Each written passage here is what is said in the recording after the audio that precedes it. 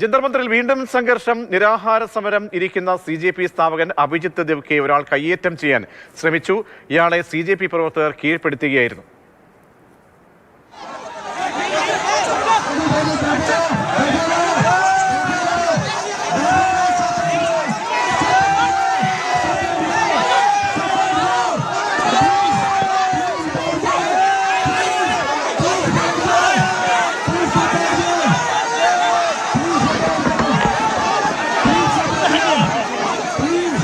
വിഷ്ണുപ്രസാദ് ചേരുന്നുണ്ട്. വിഷ്ണു, എന്താണ് സംഭവിച്ചത്? പുറത്തു നിന്ന് എത്തിയ അക്രമിയാണോ ഈ രീതിയിലൊരു അക്രമം അയച്ചുവിട്ടത്? ആരാണ് അയാൾ?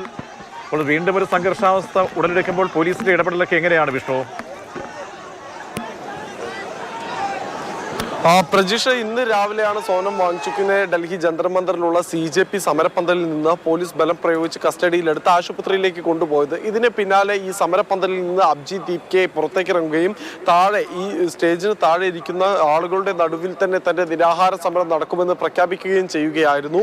ഈ സോനം വാങ്ചുക്ക് തിരിച്ചെത്തുന്നത് വരെ താൻ വേദിയിൽ കയറുന്നില്ല എന്നായിരുന്നു അഭിജിത്ത് ദേവ്കെയുടെ പ്രഖ്യാപനം. ഈ സമരത്തിനിടയിൽ അല്ലെങ്കിൽ ഈ ഒരു സത്യാഗ്രഹത്തിനിടയിലായിരുന്നു ഈ പ്രവർത്തകരുമായി അഭിജിത്ത് ദേവ്കെ സംസാരിച്ചുകൊണ്ടിരുന്നത്. ഇതിനിടയിലാണ് ആൾക്കൂട്ടത്തിനിടയിൽ നിന്ന് എത്തിയ സ്ത്രീ കയ്യിൽ കരുതിയിരുന്ന ഒരു മഷിക്കുപ്പി എടുത്ത് അഭിജിത്ത് ദേവ്കെയുടെ നേരെ എറിഞ്ഞത്. മഷി അഭിജിത്ത് ദേവ്കെയുടെ മുഖത്ത് ആകെ ആയിട്ടുണ്ട്. അതോടൊപ്പം തന്നെ ശരീരത്തിലും വസ്ത്രത്തിലുമെല്ലാം ഈ മഷി പുരണ്ടു നിൽക്കുന്ന അഭിജിത്ത് ദേവ്കെയെ നമുക്ക് ദൃശ്യങ്ങളിൽ കാണാൻ സാധിക്കും. ഇത് സംഭവം നടന്നയുടൻ തന്നെ ഒപ്പമുണ്ടായിരുന്ന CJP പ്രവർത്തകർ ഇവരെ തടയുകയും ഇവരെ ബലം പ്രയോഗിച്ച വനിതാ പ്രവർത്തകർ ഉൾപ്പെടെയുള്ളവർ ഇവരെ ബലം പ്രയോഗിച്ച് കീഴ്പ്പെടുത്തി പോലീസിന് കൈമാറുകയും ചെയ്യുകയായിരുന്നു. ഇതാദ്യമായല്ല അഭിജിത്ത് ദേവ്കെക്ക് നേരെ ഇത്തരത്തിലുള്ള കയ്യേറ്റ ശ്രമം ഉണ്ടാകുന്നത്. മുൻപും രാജസ്ഥാനിൽ വെച്ചും അഭിജിത്ത് ദേവ്കെയുടെ ഇത്തരത്തിലുള്ള പ്രതിഷേധത്തിനിടെ ഒരാൾ വന്ന് അഭിജിത്ത് ദേവ്കെയെ മർദ്ദിക്കുന്നതടക്കമുള്ള സംഭവങ്ങൾ മുൻപും ഉണ്ടായിട്ടുണ്ട്. ഇപ്പോൾ നിലവിലെന്തായാലും അഭിജിത്ത് ദേവ്കെക്ക് ഇത്തരത്തിലുള്ള സുരക്ഷാ ഭീഷണികൾ ഉണ്ടാകുമ്പോഴും പോലീസ് യാതൊരു തരത്തിലുമുള്ള സുരക്ഷയോ അല്ലെങ്കിൽ അത്തരം ക്രമീകരണങ്ങളോ ഒരുക്കുന്നില്ല. പകരം CJP പ്രവർത്തകർ തന്നെയാണ് അഭിജിത്ത് ദേവ്കെക്ക് ചുറ്റും വലയം സൃഷ്ടിച്ചുകൊണ്ട് അദ്ദേഹത്തിന് സുരക്ഷ ഒരുക്കുന്നത്.